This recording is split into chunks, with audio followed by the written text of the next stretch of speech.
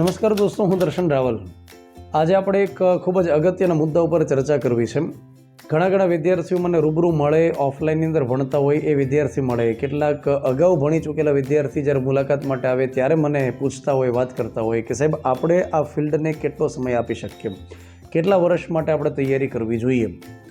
તો દોસ્તો, એના માટે કોઈ ચોક્કસ ટાઈમલાઈન રહેલી નથી. આ સબ્જેક્ટિવ મેટર છે કે કોઈ વિદ્યાર્થીને કેટલા સમય સફળતા મળે, કેટલાક વિદ્યાર્થીને ઓછા સમયમાં સફળતા મળે, કેટલાકને સમય લાગતો હોય. પણ હા, કેટલાક માપદંડ ચોક્કસથી રહેલા છે. આ ફિલ્ડને આપણે કેટલો સમય દઈએ એના માટે અમુક પ્રકારના ક્રાઇટેરિયા ચોક્કસથી આપણે કહી શકીએ. જેમ કે એક તો આર્થિક પરિસ્થિતિ કયા પ્રકારની છે, એક બીજું કે આપણી મનઃસ્થિતિ કયા પ્રકારની રહેલી છે, અને ત્રીજું કે આપણું પરીક્ષામાં પરફોર્મન્સ કયા પ્રકારનું થઈ રહ્યું છે. જેમ કે જ્યારે ફિલ્ડની અંદર વિદ્યાર્થી આવે, સ્પર્ધાત્મક પરીક્ષાની તૈયારીમાં આવે, ત્યારે શરૂઆતમાં તો એને એવું લાગતું હોય કે ભાઈ થોડો સમય હું આ ફિલ્ડને આપીશ અને પરીક્ષા પાસ થઈ જશે. પણ જ્યારે પરીક્ષાઓ આવે, સ્પર્ધા જોવે, પેપર જોવે, ત્યાર પછી એને લાગે કે ના, એટલું બધું સહેલું રહેલું નથી કે આપણે આવ્યા એક ઝટકે નીકળી ગયા. સમય જતો રહેતો હોય છે. તમારી કોલેજ શરૂ હોય એ સમય દરમિયાન આપણે માની શકીએ કે તમારી તૈયારી એ લેવલની ન થઈ શકે. તમે તૈયારીમાં આવો તો શરૂઆતમાં જે 2 વર્ષ હોય એમાં એવું બની શકે કે તમે પરીક્ષા દેવા ખાતર આપો. પરીક્ષામાં ખાસ એટલી બધી તૈયારી ન હોય અને તમે પેપર આપો એ આપણે સમજી શકીએ. તૈયારીમાં તમે આવ્યા, શરૂઆતમાં 2 વર્ષની અંદર એવું બની શકે કે તમારું પરફોર્મન્સ સુધરતું હોય પણ તમને સફળતા ન મળતી હોય એવું બને. પણ દોસ્તો, 3 વર્ષનો સમય તમે લગાતાર આ ફિલ્ડમાં આપો, ત્યાર પછી એવી અપેક્ષા ઘરના સભ્યોને બંધાય, તમને ખુદને એ અપેક્ષા બંધાય કે તમે પરીક્ષામાં સફળ થાઓ. પણ 3 વર્ષ પછી પણ માનો કે તમે સફળ નથી થઈ શકતા, તો એ સમય દરમિયાન આત્મમંથનની જરૂરિયાત હોય કે કઈ જગ્યાએ અટકી રહ્યું છે.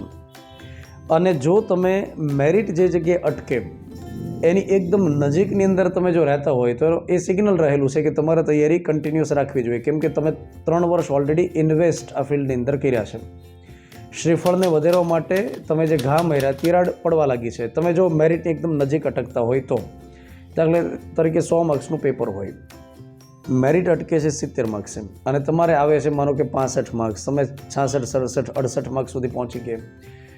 પણ માની લો કે 70 માર્ક્સે મેરિટ અટક્યું અને તમારે સ્કોર થાય છે 50 માર્ક્સ, તો એ ચોક્કસથી આત્મમંથનની જરૂરિયાત છે કે આપણે એક્ઝેક્ટલી શું સુધારવાની જરૂરિયાત છે. આપણે આ ફિલ્ડમાં સાથે પ્લાન બી પણ રાખવો જોઈએ કે કેમ. માની લો કે તમે મેરિટમાં એકદમ નજીક રહેલા છો, તમે થોડા ઘણા સુધારા કરો તો એનાથી પરફોર્મન્સ સુધરે એમ છે, તો તમારે કન્ટિન્યુઅસ તૈયારી રાખવી જોઈએ. જો તમારે આ ફિલ્ડની અંદર 4 વર્ષનો સમય થઈ જાય છે, લગાતાર તમે 4 વર્ષ આ ફિલ્ડને આપ્યા અને તેમ છતાં તમારે જો મેરિટમાં નામ ન આવે, તો એ સમય દરમિયાન ચોક્કસથી તમારે પ્લાન બી બાજુ વિચાર કરવો જોઈએ સાથે. આ મારું મંતવ્ય છે. એ 100% સાચું હોય એવું જરૂરી નથી, માત્ર અભિપ્રાય હું મારો રજૂ કરું છું કે તમે ફિલ્ડમાં 4 વર્ષ લગાતાર આપ્યા અને તેમ છતાં મેરિટમાં નામ નથી આવી રહ્યું, તો ચોક્કસથી તમારે એવો વિચાર કરવો જોઈએ કે હું પાર્ટ ટાઈમ કંઈક જોબ પણ વિચારું અને પાર્ટ ટાઈમ મારી તૈયારી શરૂ રાખે. એકદમ અચાનક તમે બંધ કરી દો એ પણ સોલ્યુશન નથી. કેમ કે 4 વર્ષ તો તમે ઓલરેડી ઇન્વેસ્ટ કર્યા. પણ હા, 4 વર્ષ ઇન્વેસ્ટ કર્યા પછી તમને એવું લાગે છે કે આ ફિલ્ડ માટે હું બન્યો નથી, એ કઈ બાબતના આધારે લાગે કે જે જગ્યાએ મેરિટ અટકે છે એની કરતાં તમારે ખૂબ બધો ડિફરન્સ રહે છે. તમે જે વિષયમાં પાછળ રહી ગયા ત્યાં સુધી એ સુધારવા માટે લાખ કોશિશ કરી પણ તેમ છતાં વિષય સુધરતો નથી, પરફોર્મન્સ ઉપર જવાની જગ્યાએ નીચે જાય છે. તો એ સમય દરમિયાન તમારે એ સ્વીકાર પણ કરવો જોઈએ કે આપણા ફિલ્ડ માટે બન્યા નથી અને આપણે જે બાબત સારી કરી શકીએ એમાં આગળ વધવું જોઈએ. દોસ્તો, એવું ઘણીવાર બને છે કે વિદ્યાર્થીઓ ઘણા બધા વર્ષો આ ફિલ્ડને આપી દે છે અને ત્યાર પછી ન પ્રાઇવેટના રહે છે ન સરકારીને રહે છે અને ત્યાર પછી જીવનની અંદર એને ઘણી બધી બાબતો ખટકે છે.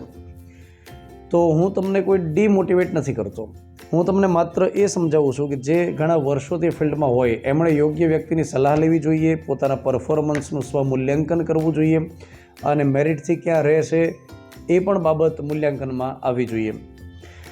તમે ફિલ્ડમાં આવ્યા અને તરત તમે સફળ થઈ જાઓ એવી શક્યતા બહુ ઓછી રહેતી હોય છે. કેમ કે ગુજરાત ગવર્મેન્ટની કોઈ પરીક્ષાની અંદર નોટિફિકેશન આવે અને ત્યારથી લઈ અને ફાઇનલ સિલેક્શન થાય ત્યાં સુધીમાં વર્ષ, 1.5 વર્ષ કે 2 વર્ષ સુધીનો સમય પણ લાગે અને એની કરતાં વધુ સમય પણ લાગે. એટલે ધીરજ તો ચોક્કસથી રાખવી પડશે. પણ હું એમ કહું છું કે તમે જ્યારે લગાતાર તૈયારીમાં હો, ઘણા વિદ્યાર્થીઓ મને એવું કહેતા હોય કે સાહેબ હું 4 વર્ષથી તૈયારીમાં છું, પણ સાથે એ આપણે સમજવાની જરૂરિયાત છે કે એ 4 વર્ષ તમે કઈ રીતે ફિલ્ડને આપ્યા. એ 4 વર્ષ દરમિયાન તમે ડેઇલી જે તૈયારી માટે જાઓ છો લાઇબ્રેરીમાં, તો પ્રોડક્ટિવ તમે કેટલી કલાકો ભરી. જ્યારે તમારું ડેડિકેશન હોય ને કે 4 વર્ષ તમે આપ્યા પણ આ જ કામ આપણે કર્યું છે, એમાં સંબંધ આપણે સાંચવા નથી, બહુ સોશિયલ ગેધરિંગમાં ભાગ નથી લીધો, ત્યાર પછી આપણે સાથે સાથે જોબની અંદર ફૂલ ટાઈમ નહોતા જોડાઈ ગયા, મતલબ કે 4 વર્ષ કોઈ મને એવું કહેતો હોય કે હું લગાતાર તૈયારીમાં હતો, પણ એ 4 વર્ષ કઈ રીતે આપ્યા? વચ્ચે એણે બ્રેક પણ પાડ્યા હોય છે, વચ્ચે ફિલ્ડમાંથી સંન્યાસ પણ લીધો હોય છે.